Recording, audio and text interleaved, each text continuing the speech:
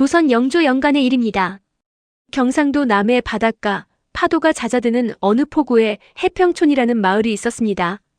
봄이면 멸치떼가 몰려들고 가을이면 갈치와 조기가 그물을 가득 채우던 곳이었습니다. 바다가 넉넉한 곳이었으니 사람들도 넉넉해야 마땅했습니다. 그러나 해평촌 어부들의 얼굴엔 수년째 웃음이 없었습니다. 그 이유는 한 사람에게 있었습니다.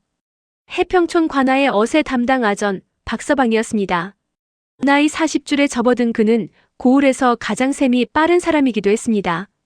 그의 머릿속에는 언제나 두 개의 장부가 돌아가고 있었습니다. 하나는 나라에 올리는 장부, 하나는 자기 창고를 채우는 장부였습니다. 어세란 본래 어부가 잡은 고기의 양에 따라 정해지는 세금이었습니다. 많이 잡으면 많이 내고 적게 잡으면 적게 내는 것이 이치였습니다. 그러나 박서방의 장부에서 그 이치는 통하지 않았습니다. 그는 포구에 나와 배가 들어올 때마다 고기 양을 제 마음대로 기록했습니다. 실제보다 2배 많으면 3배까지 부풀렸습니다. 그리고 그 차액은 영수증도 없이 자신의 품속으로 들어갔습니다. 고기를 못 잡은 날에도 세금 고지서는 나왔습니다. 풍랑으로 배가 부서진 날에도 마찬가지였습니다. 그리고 내지 못하면 박서방은 포조를 데리고 와서 그물을 걷어갔습니다. 그물이 없으면 고기를 못 잡고 고기를 못 잡으면 세금을 못 내는 것을 박서방은 너무나 잘 알고 있었습니다. 그 악순환이 바로 그의 무기였습니다. 포구에서 가장 부지런한 어부는 최돌이라는 사람이었습니다. 상투를 반듯하게 틀어올린 그는 해가 뜨기 전에 배를 밀고 나가 별이 뜰 때야 돌아오는 사람이었습니다. 아내는 일찍 세상을 떴고 10살 아들 막동이 하나를 데리고 살았습니다. 막동이는 어려서부터 아버지 배에 올라 그물 깨는 법을 배웠고 댕기를 들이운 머리가 언제나 바닷바람에 날렸습니다. 그해 봄 최돌이는 박서방에게 4년치 미납 어세를 졌다는 통보를 받았습니다. 최돌이는 그 말을 들었을 때 눈앞이 캄캄했습니다. 4년. 자신은 단 하루도 세금을 미루지 않았습니다. 그러나 박서방의 장부에는 분명히 적혀 있었습니다. 미납 어세 25냥. 기한은 열흘. 그날 밤 최돌이는 잠을 이루지 못했습니다. 그물을 또 빼앗기면 생계가 끊깁니다. 그물을 지키려면 25냥이 있어야 합니다. 25냥은 온 마을이 모여도 당장 구할 수 없는 돈이었습니다.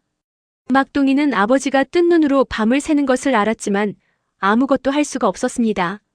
아이는 낡은 그물을 끌어안고 새벽 포구에 혼자 앉아 있었습니다.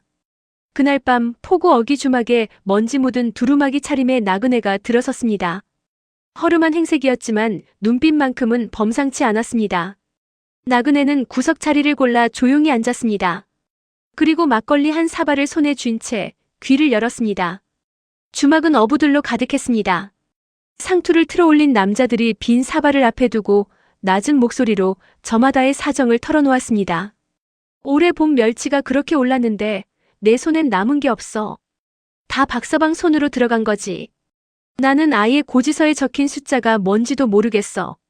작년보다 분명히 더 잡았는데 세금은 2배가 됐으니. 최돌이 말이야. 그 사람 이제 어떻게 하려나? 그물까지 빼앗기면 그 부자는 어떻게 사나? 나그네는 천천히 사발을 내려놓았습니다. 아무 말 없이. 그러나 그의 눈빛 깊은 곳에서 무언가가 단단하게 굳어지고 있었습니다. 이튿날 새벽이었습니다. 나그네는 어부 차림으로 바꿔 입고 포구로 내려갔습니다. 거친 삼배적삼의 집신을 신고 헌 삿갓을 눌러섰습니다. 그는 마을 어부 한 명에게 배에 태워달라고 부탁했습니다. 한양에서 내려온 친척이라고 했습니다. 어부는 별 의심 없이 그를 태웠습니다. 배 위에서 나그네는 그물을 치는 법을 서툴게 물어보며 함께 일했습니다.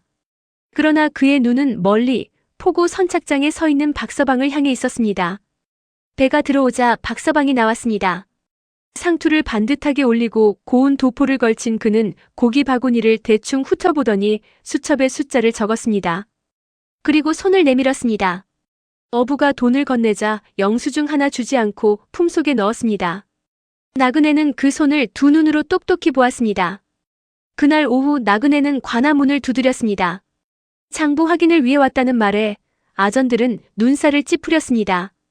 그러나 나그네는 물러서지 않았습니다. 낮은 목소리로 한마디 했습니다. 호조 감찰 업무로 왔소. 장부를 보여주지 않으면 거부 사실을 먼저 올리겠소.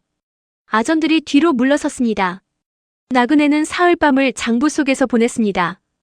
등잔 하나의 의지에 수년치 엇의 기록을 한 줄 한 줄 짚어나갔습니다. 포고에서 실제 거둔 금액과 나라에 보고된 금액 사이에는 해가 갈수록 벌어지는 간격이 있었습니다. 박서방이 착복한 돈을 역산하니 수백 냥이 넘었습니다. 그것도 잡히지 않은 것만 따졌을 때였습니다. 나그네는 모든 것을 기록했습니다. 조용히 그러나 빈틈없이. 열흘째 되던 날 아침이었습니다. 기한이 다 된 날이었습니다. 박서방이 포졸 셋을 데리고 최도리의 배로 내려왔습니다. 최도리가 막아섰지만 포졸들은 그를 밀쳐내고 배 위에 걸린 그물을 걷기 시작했습니다. 막둥이가 달려왔습니다. 땡기를 들이운 머리가 헝클어진 채로 아이는 그물을 붙잡고 놓지 않으려 했습니다. 이거 우리 그물이에요.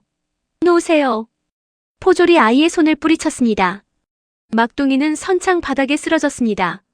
최도리가 아들에게 달려가려는 순간 박서방이 그의 팔을 틀어쥐었습니다. 미납이야 미납. 이자를 관하로 끌고 가. 포구에 모인 어부들이 웅성거렸습니다. 그러나 아무도 나서지 못했습니다. 박서방의 손에 자신들의 그물도 자신들의 배도 달려 있었기 때문입니다. 바로 그 순간이었습니다.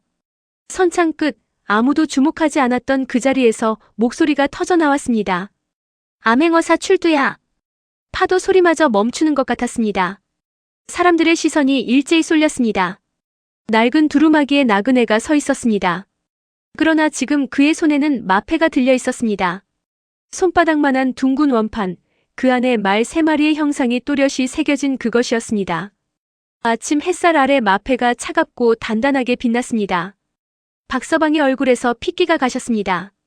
사방에서 어사의 군관들이 쏟아져 나왔습니다. 관아가 뒤집혔습니다. 박서방의 집 안방 마루 밑에서는 은화 300냥이 들어있는 항아리가 나왔습니다. 포구 창고에서는 빼앗은 그물들이 쌓여 있었습니다. 어부들의 것이었습니다. 조작된 장부는 모두 압수되었고 박서방과 그에게 정기적으로 뇌물을 받아온 관아 보좌관까지 함께 포박되었습니다. 박문수는 압수된 재물로 피해 어부들의 세금을 먼저 충당하도록 명했습니다. 빼앗긴 그물은 모두 원래 주인에게 돌아갔습니다. 최도리의 미납어세는 당연히 전액 취소되었습니다. 막둥이는 아버지 품으로 달려갔습니다. 최도리는 아들을 와락 끌어안았습니다.